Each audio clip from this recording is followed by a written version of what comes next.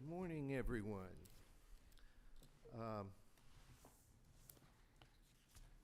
Just a couple of reminders before we get started. The arguments are live streamed on the internet now. We have entered the modern age here. And what that means is everything you say goes out on the internet, and it will always be there somewhere. So be careful what you say. Think about what you say. We are familiar with the briefs, so you don't have to get deeply into allegations about things unless you just feel the need. Secondly, for the appellants, please remember after you introduce yourselves, if you want to reserve some time for rebuttal, just let us know. You can reserve up to 5 minutes. Are there any introductions or announcements? Seeing none, would you call the first case, please? James Whitfield, Livingston versus Lauren Elizabeth Logue.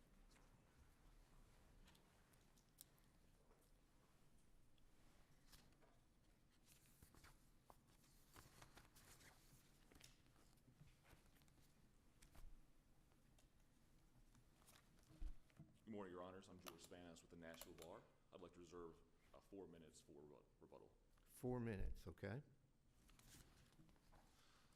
We're here today on an appeal of a juvenile court order regarding custody of a minor child, the first order, not a modification.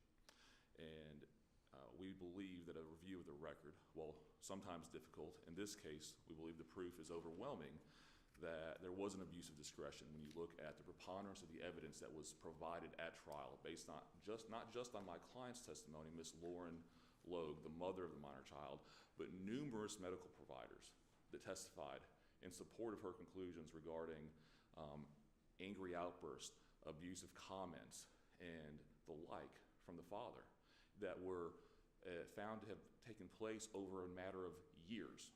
This wasn't a one-time outburst. In fact, the day-to-day, 5-day-a-week intense ABA therapy for their autistic daughter was provided by Blue Sprig. They had tried to write in their agreement, which is in the record, that the father needed to treat them with respect because of his abusive behavior towards them, that providers would not even want to treat the child anymore because of the father. This is evidence in the record. I think this speaks volume. We know that he said, she said statements can be difficult in family law. It's often the crux of testimony where you're looking at who is more credible. In this case, we have outside people who have come in and said, there is a significant problem. And they didn't come in to say there was a significant problem. They came in to testify about the daughter's treatment, about her ongoing needs, how the mother, who was exercising the majority of parenting time for 3.5 years of litigation, was the primary caretaker for this child during her therapy because she had the majority of parenting time. Father had less than 50-50 time. The other abuse of discretion, Your Honor, we've outlined 4 significant areas in our brief when it comes to the parenting plan modification. We've cited different factors that we believe need to be addressed and reviewed, Your Honors. However, one was the misapplication of an equal parenting time. It seems that there's a very heavy focus on this part of 36.6.106 where it says you need to maximize both parents' parenting times, but there's not much discussion about the second part of that sentence, which talks about after a thorough weighing of the factors, and we don't believe the factors were weighed thoroughly. If you look at the order that was issued after 8 days of trial, there was a 15-page order. 4 of those pages, I believe, are procedural history. When it comes to the findings and conclusions, much was left to summary conclusions without specific facts. In this case, there's very significant specific facts. We believe the fact that my client was operating as a primary parent for 3.5 years under a temporary order, under the case law, is significant because this set a status quo for the child who needed stability, who needed this regularity.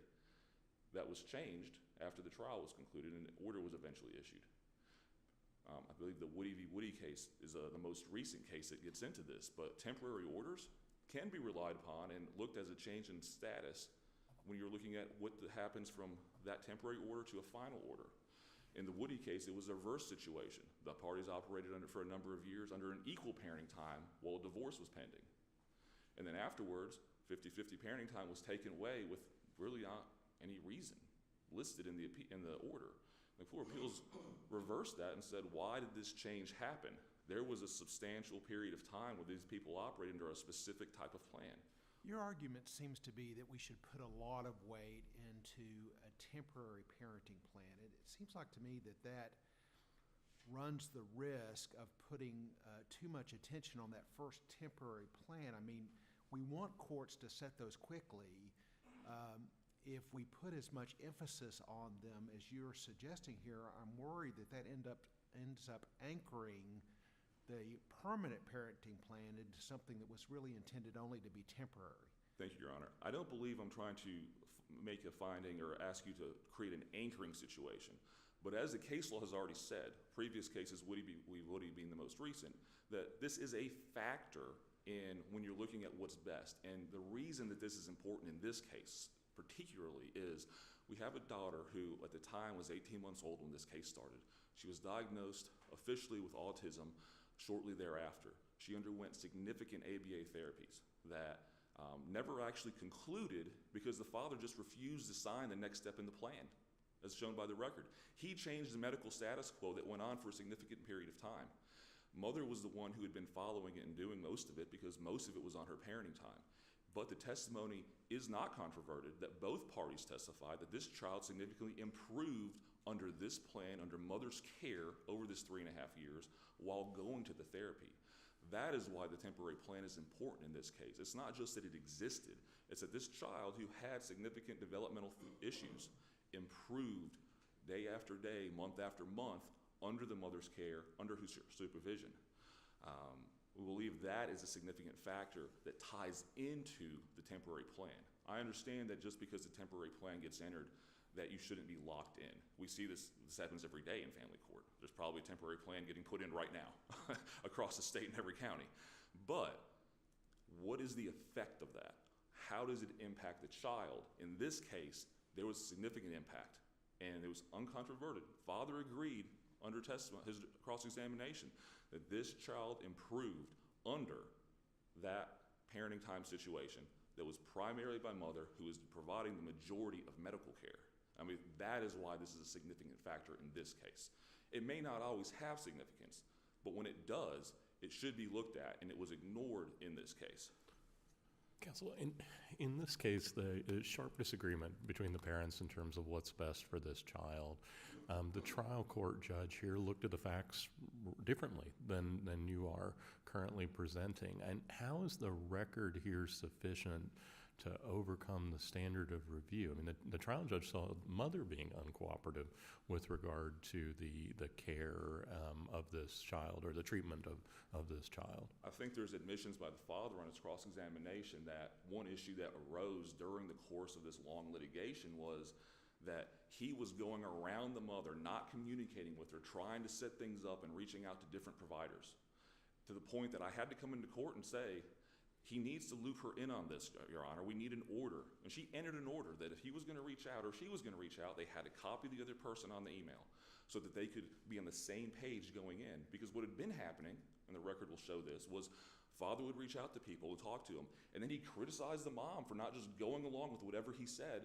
when she had no knowledge he was doing it until it was time for the child to maybe start a program. Well, that's not co-parenting, that's dictatorship. The court put an order in to communicate. At trial, I think we have a number of exhibits, I want to say 10, where we show that the father reached out to providers, didn't loop the mother in multiple times. He'd have multiple conversations with them in doing it. So when it says the mother's not cooperative, she can't cooperate with something she doesn't know is happening. But the proof is also uncontroverted that he reached out to Blue Sprig ABA therapy without talking to her. The mother went on a tour, she met with him. She agreed to use Blue Sprig. She didn't argue with him, she agreed to it. But father's the one who ultimately terminated it on his own without mother's input, without her agreement. He stopped the therapy because, as he put it at trial, in not so many words, they don't like men, so I don't want to use them anymore. But our standard review here is whether or not the evidence, I mean, we come with all these factual findings with a presumption of correctness. And so I hear that you're saying that there are facts that support your client's position here, but can we truly say that the evidence preponderates against any of the court's factual findings here? I believe you can, and I know that's a tall hill to climb. I'm not pushing that aside when I say this. If you look at the totality of the facts, the sworn admissions, under oath, by the father even on cross-examination, that this child improved significantly under mother's care, that yes, I didn't loop her in. That strikes me as you're asking us to reweigh this evidence. It's asking us to look at the totality of the facts here, and I mean, that strikes me as, well, just reweigh the evidence here, and we think you will weigh it differently. It's not just a reweighing. We think significant number of these facts were just not weighed at all. You can't reweigh something that was never reviewed, and if you look at the order, I know there's always an assumption that all the facts are reviewed, but when there's a finding specifically when it comes to education, for instance, that my client was not cooperative and didn't want to have regular schooling, well, that's simply not true. That goes against her sworn testimony. Her testimony was, Bluesprig, who was providing the occupational therapy for this child, the ABA therapy, said, we have a transition program that we think she would benefit from greatly if we did before she started regular school. My client testified, I think she should do this, but Dad terminated Bluesprig, so we can't do anything with therapy until either the court allows it to happen by order, which was denied pendente light while we were waiting for the trial to end, and then father was given educational decision-making, so he just put the child in school. The mother wanted to do this transition program to help empower the child to thrive when she started school. That was her testimony. She in no way said her child couldn't handle regular school. Mr. Spanis, I thought I heard you argue earlier that you thought that the trial court not only some of the evidence preponderates against some of the factual findings, but also that the trial court overlooked some of the best interest factors. Yes, Your Honor. Could you tell us which best interest factors you felt like the trial court overlooked? I think factor 2, when it comes to the caregiver's past and potential future performance for the child, it's a longer factor, I'll leave it at that. But my client was the primary parent who was handling the day-to-day therapy of this child. When I say day-to-day therapy, I don't mean a session a day. It was a full-time job. She couldn't work. But the court work. did make findings on that factor. You're just saying that the analysis wasn't complete. I'm asking you whether there are any factors that you thought were relevant here that the trial court just missed them, did not consider them at all. I believe factor 8 is one that was specifically excluded, and that's the moral, physical, mental, emotional fitness of a parent to parent a child. As we briefed, Your Honors, that there was testimony that was excluded about sexual improprieties with a bankruptcy that we found through a bankruptcy claim where he listed 2 women as creditors on his own, and then we found out that he had sexually harassed these 2 employees while this litigation was going on. We think that sexual impropriety is always a factor in the moral character of a person raising a child. It was specifically excluded, and if you look at the transcript, I wanted to make an offer of proof, and I believe the response I got was no. And I said, well, I have to make an offer of proof. I need to be able to question this man. I was told no again. And then I asked for an interlocutory appeal in the middle of the case, and then I was told I could make an offer of proof, but all I could do was submit questions I would have asked, but not get answers to them. And I said, well, I need the answers because that's how it can be weighed. And I finally got the judge to allow me to submit the deposition testimony where some of these questions were asked, and I did get some answers from. And then also while we were there, he started pleading the 5th to all this line of questioning. And I was told I didn't need to ask any more questions because we were going to plead the 5th. But of course, in civil court, you can make a negative inference if someone's pleading the 5th. And I'm not sure why he pled the 5th, because there was obviously a civil issue here, but there was no criminal issues that had ever come to light for us. Perhaps there was something, but I was certainly permitted to ask about it. And I believe by excluding that testimony and not allowing me to pursue it further, although there is the offer of proof in the record, that factor 8 was specifically not weighed. At least that piece of it was not weighed because it was explicitly excluded. Thank you. Thank you. Your time is up. Thank you.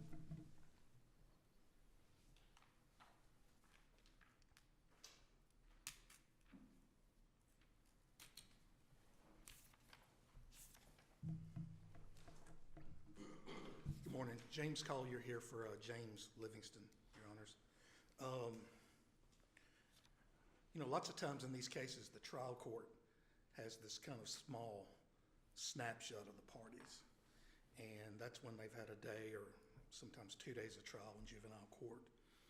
And, I've been doing this a long time. Lots of times you can take a client, you can do a lot of work with them, kind of clean them up, and they do pretty good for a day or two. In this case, we don't really have a snapshot. We've got 7 days of trial over about 14 or 15 months. I wasn't the trial counsel, but the case, a few hours be heard here and there and that kind of thing. And so Judge Callaway had a lot of time to assess the credibility of these parties. And essentially what she came up with was there's a fundamental disagreement as to really how the minor child's doing, what her diagnosis is, that kind of thing. There was a fundamental disagreement as to what her treatment would be. And essentially the court sided with the father, with my client, and thought that his approach and what he was doing made more sense given all the proof she'd heard over those 17 days. And we would submit that the judge did make a thorough analysis of 366106. She went through each factor. Some of them favored the father, some of them favored the mother. The continuity and that kind of thing obviously favored the mother just a little bit. This argument that the court has to make a finding that the temporary parenting plan is not in the child's best interest, we would submit doesn't really make sense, doesn't follow the statute. Juvenile court here in Davidson County, it's a busy place. And you file a petition, you get an initial appearance, you go down there, and you're offered mediation. They're on site or off site.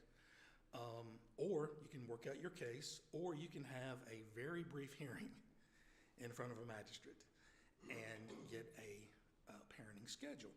And so they worked out a parenting schedule, obviously not knowing that this was going to be their parenting schedule for I think about 3.5 years, as this case worked its way through the magistrates and then to the judge, and then, as I stated earlier, there was a 1.5 years of trial in this case.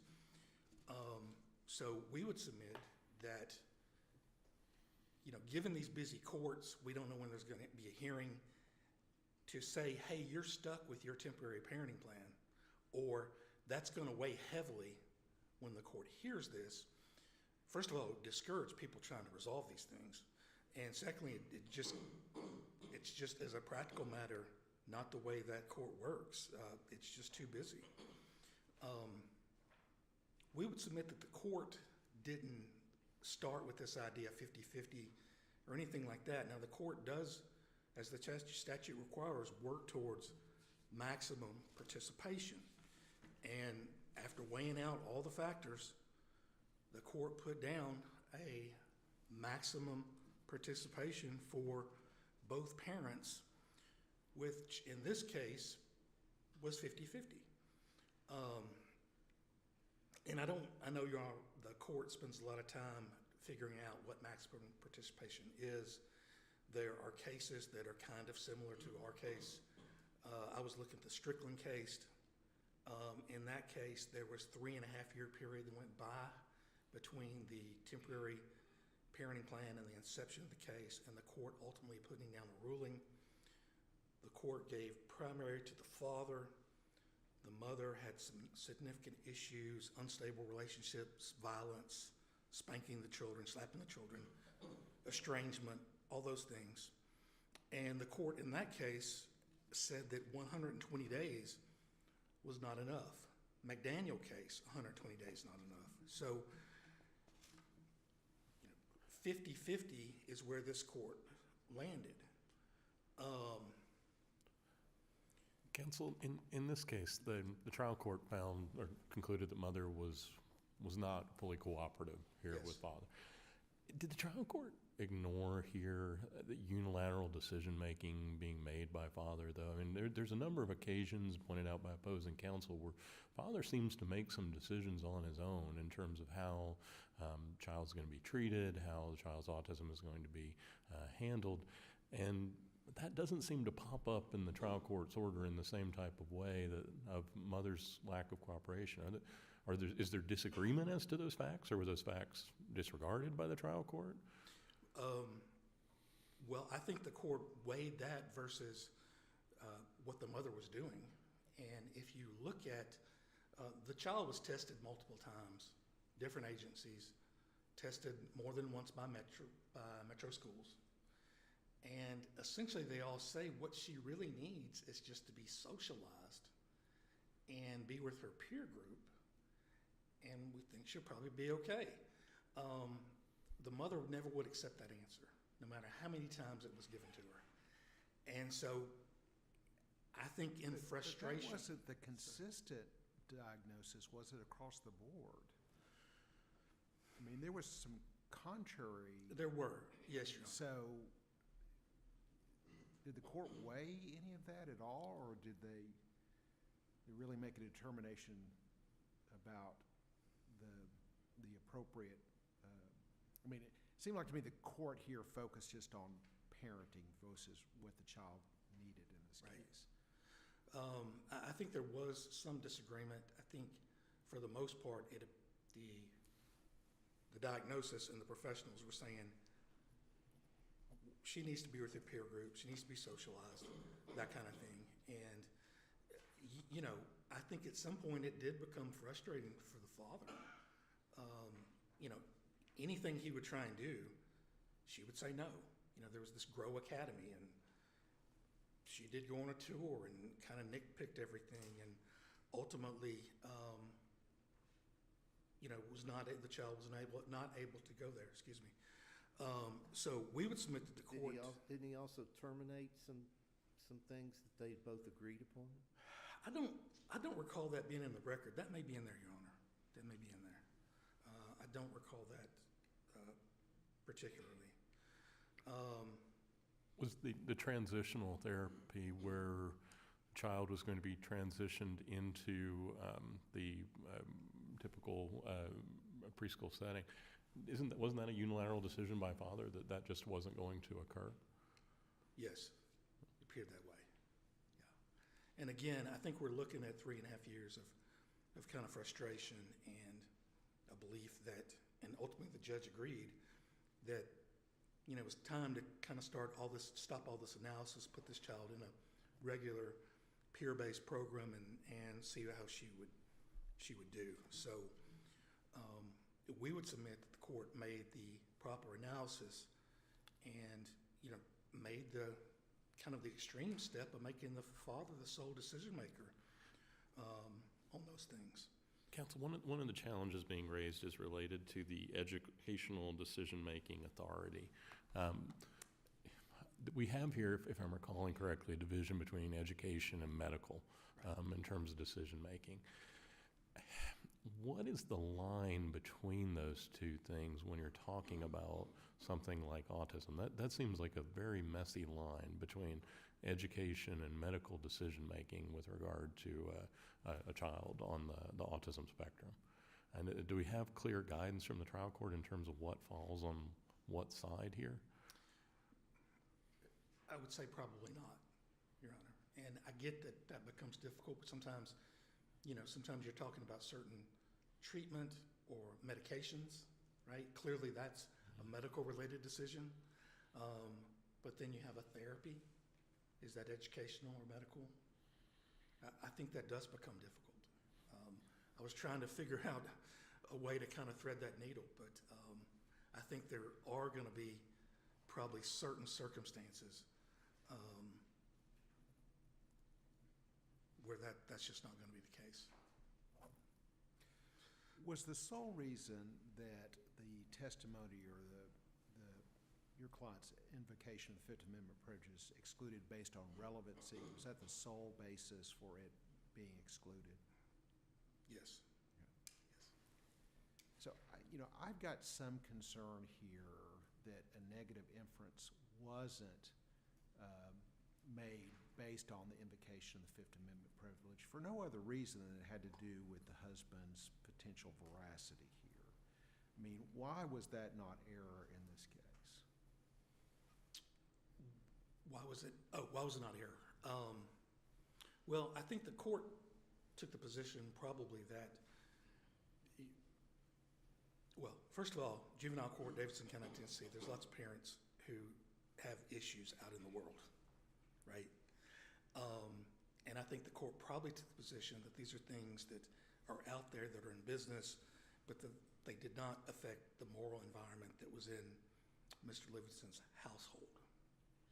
And so even if that proof came in, how would that impact him parenting and him sort of this moral umbrella of the household? So I don't know if that's too fine of a distinction, but I think that's probably where the court was headed. It wasn't a moral issue that was within the home.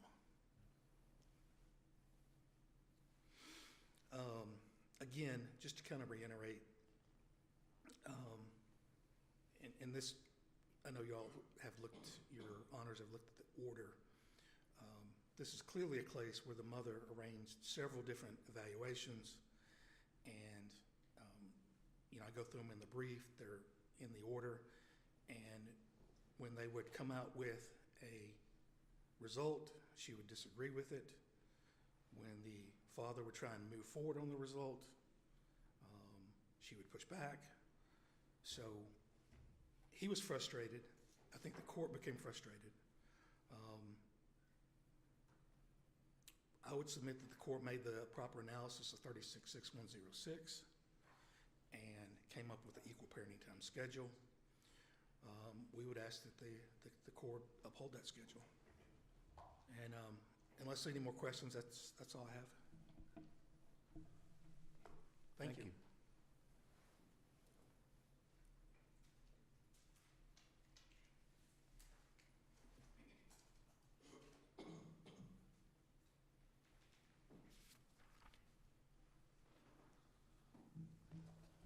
Thank you, Your Honors. I think an interesting word was used that I'd like to jump on about credibility, because there was no adverse credibility finding made against Ms. Logue in the order. There simply wasn't one made. So to say that there's an understanding that she just wasn't as credible as the father when she was testifying, I don't believe is fair, because there wasn't a finding. Also, her testimony was backed up by a number of different witnesses. I think 5 different witnesses supported much of her testimony when it came to father's behavior, the things he said, how he acted, his hostility, and his treatment to third parties providing medical care for his daughter in their homes all day long. So I believe that she's backed up by the record that she is credible. However, one thing that did come in from the bankruptcy hearing that was allowed for me to cross-examine Mr. Livingston on was the fact that he filed a bankruptcy case where he was found not credible. And part of his not credibility finding was that he appeared to be manipulating his income, not just for bankruptcy, but for his custody case. Because he kept submitting different information. Nothing matched up. That he would say, my income's $80,000 because I made it that way. But you have an application for where you list for rental for $120,000 a year income. He said, well, then I changed my income after that. Well, that's manipulating your income. They found him not to be credible. In fact, I believe the credibility portion of that bankruptcy finding in federal court was almost 3 pages long. And that is in the record. So when it comes to credibility... Counsel, in those filings, was there a statement, I'm trying to remember here, of support that was inaccurate too, in terms of the amount the father said he was providing with regard to support in this case? We kept putting a different number down. It kept changing a little bit from one document to the next, so it wasn't even consistent. So that's why they found it not to be credible, because he said 2 different things at different times. Maybe 3 different things, at least 2 different things at different times, but yes, he did. One of the issues you've raised, as I was mentioning to opposing counsel, relates to decision-making authority as to educational decisions. In this case, do you agree with opposing counsel? Do you disagree in terms of clarity of regard to what the line is between medical and educational in this case? Does the trial court provide any sort of clear direction? Because that sounds pretty messy in the context of a child on the autism spectrum. I agree that it is messy in that context, specifically when one of the largest issues was therapy being unilaterally stopped before the providers thought it was appropriate. And then for mom to say, I want to go through with this transition therapy to help our child thrive when she enters a neurotypical school. And fathers say, I don't agree with therapy, and the judge say, well, I haven't heard enough. This happened on the second day of trial. I asked, can we put the therapy back in place that he unilaterally stopped, Your Honor? And she said, well, I haven't heard enough to make a ruling on that. That was day 2. So he did unilaterally stop some therapy. He did unilaterally stop it. He refused to sign the next documentation that needed to be signed. And this is when I questioned him about it, he said, I wouldn't go back to them because they obviously hated men. And I don't believe the record shows that at all. And the people that he's talking about, they testified. Their testimony's in the record for everyone to see that it was his specific behavior that they were uncomfortable with. I think that something else to clarify when we're talking about all the different testing. The child was tested for autism once. Other testing took place by MNPS and AIM later on, not to see if she had autism, to see if she needed accommodations in a neurotypical school.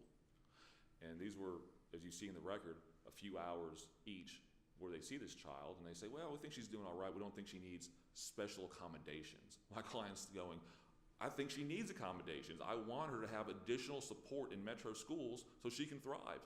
She's never been in this environment before, and we can't do the ABA therapy to transition her, so we should put some things in effect. In fact, when the witness from AIM was speaking, they even acknowledged that if they'd known that there was cited instances of the child headbanging, which came up often during the testimony, that they may have thought differently when they conducted their evaluation, but that wasn't something they knew was a concrete fact. So the testing wasn't for autism, it was for accommodations in school that my client didn't agree with. Thank you. Your time's up. Thank you, Your Honors. Thank you both. Would you call the next case, please?